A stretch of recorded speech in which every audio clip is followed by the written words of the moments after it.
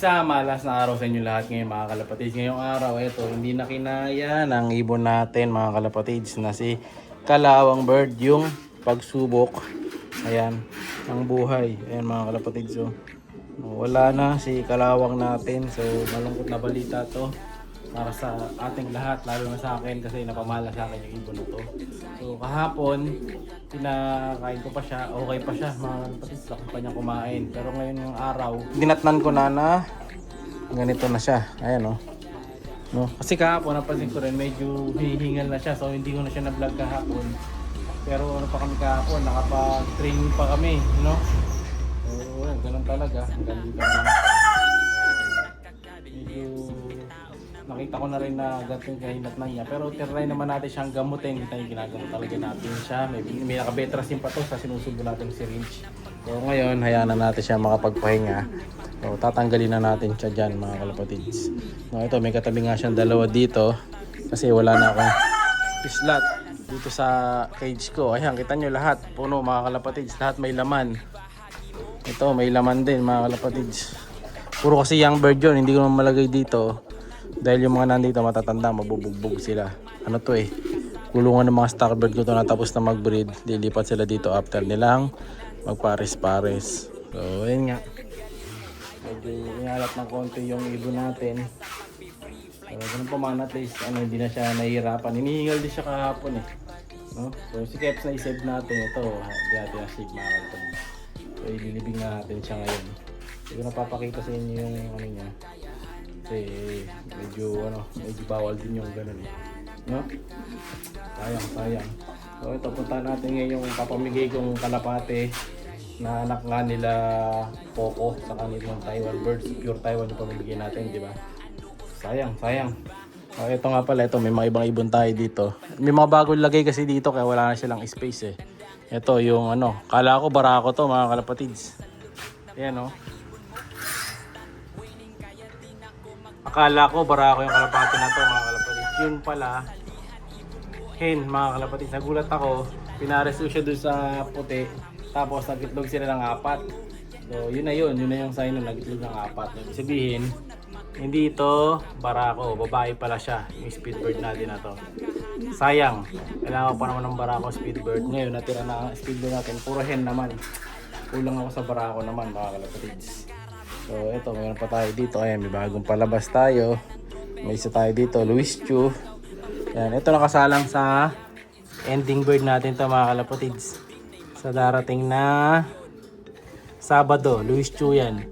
Meron pa tayo isa dito, Jansen Relax naman. Ito, pwede rin natin salang yan sa ending birds. Pero baka alisin ko na siya dyan, lilipat ko na siya sa likod sa stock bird, no? So ito, may dalawa pa tayo dito. Ito nakasalang din sa ending bird to, yung white flight. Ito naman, yung ibon ni Idol EA to mga kalapatids. Ayan. Oh boy, ito na ibon mo. Ibon ni Idol EA Love TV to mga kalapatids. Ibigay ko sa kanya yan. Ano yan, kumbaga gift bird ko sa kanya yan. Kasi may pangako ako sa kanyang isang ibon na galing kay Boss Ronald. So ibibigay natin sa kanya yan, yung barako. Pero yung possible kasing barako dun sa nabigay sa atin, dalawa lang. So isa akin, hindi ko sure kung barako talaga yun. Nilipat ko na sila eh, pinasok ko na sa loob. Sa kanya, nilagay ko na sa labas para anytime soon kahit wala ako, pwedeng ipadala sa kanya. So ito yung 4. Kasi 5 yung binigay sa akin, di ba? Lagi na gift bird. Ito yun. Ayan. Ito yung 4 na yun. So yung natira sa akin na possible barako, itong itim mga kalapatids. Kinuha ko yung medyo maitim. Ayan. Kasi para magkapatid sila nung isa eh. So binigay ko kay Idol EA yung pinaka-sure na barako. Kasi yung malaki.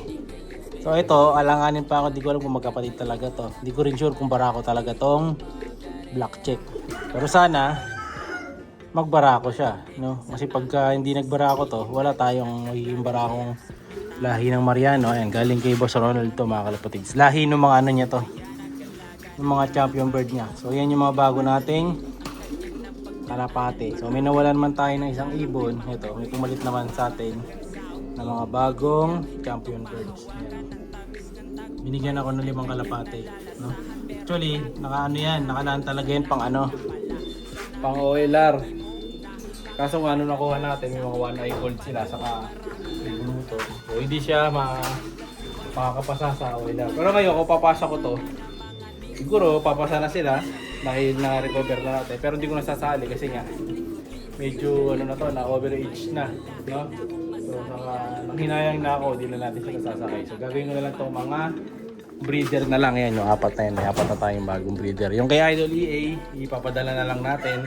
Tapos yung isang pula dito, wala na rin, nakuha na mga kalapatid dyan. Binadala na natin sa Bataan. Ending bird natin yung isa dyan, yung isang red bar. Yung pinakamagandang red bar dito. Yan, so wala na, nadali na yung isang red bar. No, so uti-uti maubos yan kasi papa-ending din natin halos yung iba dyan. No, so abangan nyo, baka next week simulan ko yung ano, 150 per slot for bird sa madadali. Kumbaga, pag 150 yung in-entry mo, may chance ka na manalo ng 4 na kalapate kaagad mga kalapate. 150 lang, no? So napakamura. Kung halaga lang, makadali na ng mga pamalakas sa mga ibon natin, mga German Imbrek, Masili, saka mga speed birds, no? So ito, update ko naman kayo sa ano, yung pinamimigay nating ibon. Punta natin dito. Ito malalaki na to mga kalapatids, pwede na rin to eh. Baka iwalay ko na to bukas. Ayan na sila oh. Oh. So baka ang pamigay ko dito yung possible hen. Ayan, pamimigay natin. Ayun yung nasa likod. Or ito. Basta isa lang dyan, tig-isa tayo. Pero baka sa akin to yung may puyo. Gusto ko to yung may puyo. Baka ito yung pamigay natin. Depende no. Tingnan natin kung sino magpa-possible hen yun na pamimigay ko. Siyempre, bibigay lang natin yan dun sa ano. Sa parati nagko-comment no, sa mga videos natin. Binabalikan ko lahat ng videos natin kung sino yung mga walang absent sa video. Yun yung pinipili ko. Yan, saka minsan, kunyari, kahit na isa mayroong mababa views, pero nanonood pa rin.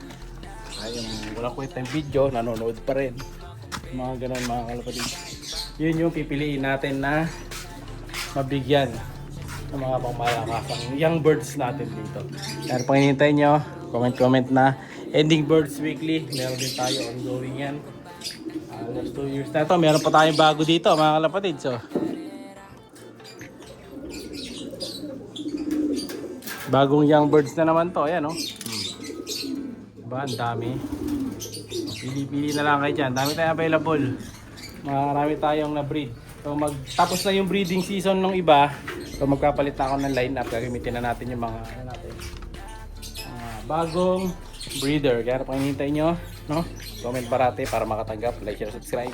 Ingat!